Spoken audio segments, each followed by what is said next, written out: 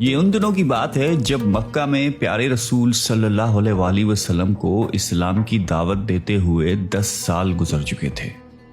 مکے کے گلی کوچوں میں ہر طرف اسلام کے چرچے تھے۔ بہت سارے مرد اور بہت ساری عورتیں مسلمان ہو چکی تھی۔ پیارے نبی صلی اللہ علیہ وسلم کی زبان مبارک میں وہ تاثیر تھی کہ جو بھی آپ کی زبان سے حق کی آواز سنتا، آپ کے ساتھیوں میں شامل ہو کر آپ پر جان چھڑکنے لگتا۔ یہ حالت دیکھ کر مکے کے کافر بہت پریشان ہوتے۔ آپ صلی اللہ علیہ وسلم کو جادوگر کہتے اور لوگوں کو روکتے اور ان پر زور ڈالتے کہ ان کی باتیں مت سنو۔ انہی دنوں یمن کے ایک مشہور شاعر طفیل مکے میں آئے۔ یہ اپنے قبیلے کے سردار تھے اور یمن کے لوگ ان کو بہت مانتے تھے۔ جب یہ مکہ پہنچے تو مکہ والوں نے ان کا بڑا شاندار استقبال کیا اور بڑی عزت سے پیش آئے۔ مگر مکے والوں کو یہ فکر ہو گئی کہ اگر کہیں طفیل نے نبی اکرم صلی اللہ علیہ وسلم کا کلام سن لیا تو یہ ضرور مسلمان ہو جائے گا۔ وہ کلام ہے ہی ایسا کہ اس سے سننے والا بغیر اثر لیے رہ ہی نہیں سکتا، اور پھر طفیل تو خود ایک شاعر ہے، کلام کی اچھائی کو پرکھنے والے ہیں۔ محمد کا اونچا پر اثر کلام اور پھر ان کی سیرت اور اخلاق کی کشش، طفیل نے اگر ان کو دیکھا تو مسلمان ہو ہی جائے گا، اور اگر یہ مسلمان ہو گیا تو پھر اس کا پورا قبیلہ مسلمان ہو جائے گا۔ مکے والوں کے لیے طفیل کا یہاں آنا ایک بڑا حادثہ بن گیا۔ طفیل کی آمد نے ان کو ایک بہت بڑی فکر میں ڈال دیا۔ سب سمجھدار لوگ مل جل کر بیٹھے، آپس میں مشورہ کیا اور یہ طے ہو گیا کہ جیسے بھی ہو طفیل کو آپ صلی اللہ علیہ وسلم سے ملنے نہ دیا جائے۔ کچھ لوگ طفیل کے پاس پہنچے اور بڑی رازداری اور خیر خواہی کے انداز میں طفیل سے کہا، آپ نے ضرور ذکر سنا ہوگا، ہمارے یہاں ایک صاحب ہیں، وہ کچھ دنوں سے اپنے آپ کو نبی کہنے لگے ہیں، بڑے زبردست جادوگر ہیں، ان کی باتوں میں بلا کا اثر ہے، ان کی باتیں سننے والا ان کے جادو سے ہرگز نہیں بچ سکتا، جو بھی ایک بار ان کی بات سن لیتا ہے بس انہی کا ہو جاتا ہے۔ مکے کے بہت سے بھولے بھالے ان کے جادو میں پھنس چکے ہیں اور اپنے باپ دادا کے دین سے پھر گئے ہیں۔ بہت سے گھرانے ہیں جہاں انہوں نے بیٹھے بٹھائے باپ بیٹوں، میاں بیویوں اور چاچا بھتیجوں میں لڑائی کرا رکھی ہے، اور پھر جس پر بھی ان کا جادو چل جاتا ہے وہ ایسا ہو جاتا ہے کہ پھر وہ کسی اور کی نہیں سنتا۔ آپ کو یہ سب باتیں ہم اس لیے بتا رہے ہیں تاکہ آپ ہوشیار رہیں۔ طفیل نے ان لوگوں کی باتیں بڑی غور و فکر سے سنی اور دل میں یہ طے کر لیا کہ کچھ بھی ہو اس شخص کی بات ہرگز نہیں سنوں گا، کہیں میرے اوپر بھی اس جادو کا اثر ہو گیا تو کیا ہوگا۔ اور پھر تو طفیل جب کعبہ بھی جاتے تو کانوں میں خوب روئی ٹھونس لیتے کہ کہیں اس شخص کی آواز کانوں میں نہ پڑ جائے۔ ایک دن کعبہ میں پیارے رسول صلی اللہ علیہ وسلم نماز میں قرآن شریف پڑھ رہے تھے۔ اتفاق کی بات طفیل بھی پہنچ گئے۔ خدا کا کرنا قرآن شریف کی آواز کان پر پڑ گئی۔ انہیں یہ آواز بہت بھلی لگی۔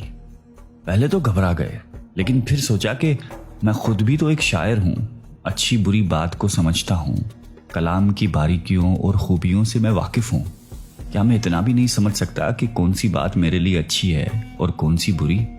سننا تو چاہیے کہ آخر یہ صاحب کس قسم کی باتیں کرتے ہیں۔ یہ سوچ کر انہوں نے اپنے کان ادھر لگا دیے۔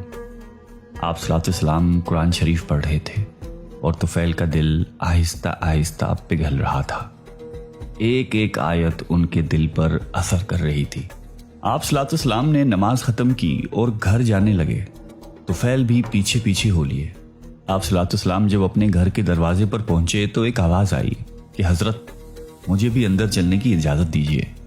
پیارے نبی صلی اللہ علیہ وسلم نے مڑ کر دیکھا کہ یمن کے معزز سردار طفیل آپ سے اندر چلنے کی اجازت مانگ رہے ہیں۔ آپ صلی اللہ علیہ وسلم بڑی عزت کے ساتھ انہیں اپنے گھر کے اندر لے گئے، اپنے پاس بٹھایا اور آنے کی وجہ پوچھی۔ طفیل نے اپنی پوری آپ بیتی سنائی۔ آپ صلی اللہ علیہ وسلم نے بڑی دلچسپی سے طفیل کی آپ بیتی سنی۔ پھر طفیل نے کہا کہ حضور مجھے اپنی کچھ باتیں سنائیں۔ رسول اللہ صلی اللہ علیہ وسلم نے قرآن مجید کی چند اثر بھری آیتیں پڑھ کے سنائیں۔ طفیل بڑی غور سے قرآن کی آیتیں سن رہے تھے اور انہیں ایسا معلوم ہو رہا تھا کہ دل کی سیاہی دھل رہی ہے، غفلت کے پردے اٹھ رہے ہیں اور حقیقت کا جمال ان کی آنکھوں کو روشن کر رہا ہے۔ جب پیارے رسول صلی اللہ علیہ وسلم تلاوت فرما چکے تو طفیل نے کہا، قسم اس خدا کی جس کے قبضے میں میری جان ہے، میں نے عرب کا ایک سے ایک اچھا کلام سنا ہے، مگر آج تک ایسا اونچا، مؤثر اور پاکیزہ کلام کبھی نہیں سنا۔ یہ کلام تو سراسر ہدایت ہے، سراسر نور ہے، سراسر انصاف ہے۔ اسے منہ موڑنا ہدایت سے منہ موڑنا ہے۔ خدا کی قسم، یہ کسی انسان کا کلام نہیں ہے، یہ انسانوں کے پیدا کرنے والے خدا کا کلام ہے۔ طفیل یوں ہی کہے جا رہے تھے اور رسول اللہ صلی اللہ علیہ وآلہ وسلم کا دل ان کی ہدایت پر باغ باغ ہو رہا تھا۔ پھر آپ نے طفیل کو اسلام کا کلمہ پڑھایا اور ایمان کے نور سے ان کے سینے کو جگمگا دیا۔ سبحان اللہ۔ یمن کا یہ معزز مہمان اب ایمان کی عزت بھی پا چکا تھا۔ مکے میں داخلے کے وقت صرف دنیا کی عزت حاصل تھی، اب اسے دین کی عزت بھی حاصل ہو چکی تھی۔ جب طفیل نے یمن کو واپسی کا ارادہ کیا تو پیارے نبی صلی اللہ علیہ وآلہ وسلم سے عرض کیا کہ حضور، میرا سینہ تو نور ایمان سے جگمگا اٹھا، لیکن میرا قبیلہ اور گھر کے لوگ تو کفر کے اندھیرے میں پھنسے ہوئے ہیں۔ یا رسول اللہ، دعا فرمائیں کہ اللہ تعالیٰ انہیں بھی ایمان کی دولت بخشے۔ پیارے نبی صلی اللہ علیہ وآلہ وسلم نے دونوں ہاتھ دعا کے لیے اٹھائے کہ اے اللہ، تو طفیل کو اسلام کا نشان بنا دے کہ اس کے لوگ اسلام کی راہ پائیں۔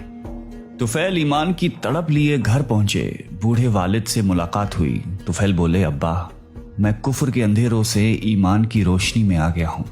ابا، اب میرا آپ کا کوئی رشتہ نہیں ہے، میں مکے کے سچے رسول پر ایمان لے آیا ہوں۔ طفیل کی یہ دل سے نکلی ہوئی باتیں سن کر والد سوچ میں پڑ گئے۔ اچھا، ایمان میں یہ قوت ہے کہ اس سے باپ بیٹے کا رشتہ بھی ختم ہو سکتا ہے؟ کیا ایمان کا رشتہ باپ بیٹے کے رشتے سے بھی زیادہ ہے طفیل؟ اگر ایسا ہے تو لاؤ، ہمیں بھی سناؤ اس رسول کی باتیں۔ طفیل نے اپنے باپ کو اسلام کا پیغام سنایا۔ حق کی کشش نے کام کیا اور بوڑھے باپ نے بیٹے سے کہا، طفیل بیٹے، تم میرے بیٹے ہو اور میں تمہارا باپ ہوں، کیونکہ میں بھی اسی نبی پر ایمان لاتا ہوں جس پر تم ایمان لائے ہو۔ طفیل کی آنکھیں خوشی سے بہہ پڑی اور بولے، ابا جان، چلیے غسل فرما لیجئے اور اسلام کا کلمہ پڑھ کر اللہ کے پیارے بن جائیے۔ باپ نے غسل کیا، کلمہ شہادت پڑھا اور اسلام کی دولت سے مالا مال ہو گئے۔ باپ کے بعد محبت کرنے والی بیوی سے ملاقات ہوئی۔ بیوی کو دیکھ کر طفیل کی آنکھوں میں محبت کے آنسو آ گئے، مگر فوراً ہی سنبھلے اور بیوی سے کہا، پیاری بیوی، اب ہمارا تمہارا کیا رشتہ؟ میں تو مکے والے نبی پر ایمان لا چکا ہوں اور تم ایمان کی روشنی سے محروم ہو۔ میں ایمان کی روشنی میں چل رہا ہوں اور تم کفر کے اندھیروں میں بھٹک رہی ہو۔ ایمان اور کفر کا کیا ساتھ ہے؟ میرا رشتہ تو صرف ان لوگوں سے ہے جو خدا کی بندگی کرے، جس کا کوئی شریک نہیں، اور اس رسول پر ایمان لائیں جسے خدا نے ہماری ہدایت کے لیے بھیجا ہے۔ طفیل کی اثر بھری تقریر سن کر بیوی کے دل کے دروازے بھی کھل گئے۔ حق کی کشش نے اسے بھی کھینچ لیا اور وہ کہنے لگی کہ پیارے شوہر، آپ میرے شوہر ہی ہیں اور میں رہتی زندگی تک آپ کی رفاقت ہی میں رہوں گی۔ میں بھی اس خدا پر ایمان لاتی ہوں جو ساری کائنات کا خالق ہے، اور ایمان لاتی ہوں اس رسول پر جس پر آپ ایمان لائے ہیں۔ طفیل کا دل خوشی سے اچھل رہا تھا، ان کا چہرہ حق کی فتح پر چمک رہا تھا، اور وہ یہ سوچ رہے تھے کہ کتنی کشش ہے ایمان میں۔ لا الہ الا اللہ محمد رسول اللہ صلی اللہ علیہ وآلہ وسلم۔ اللہ تعالی ہم سب کو قلب سلیم عطا فرمائے اور قرآن اور حدیث پہ چلنے کی توفیق عطا فرمائے۔ آمین۔